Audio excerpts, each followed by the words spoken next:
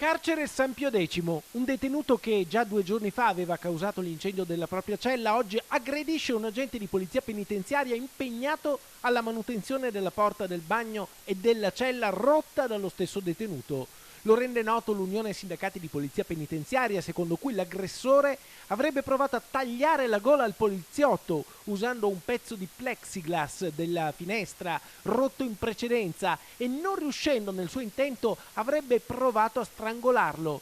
Solo grazie al tempestivo e decisivo intervento di altri poliziotti si è scongiurato il peggio ed è stato ripristinato l'ordine all'interno della casa circondariale di Vicenza.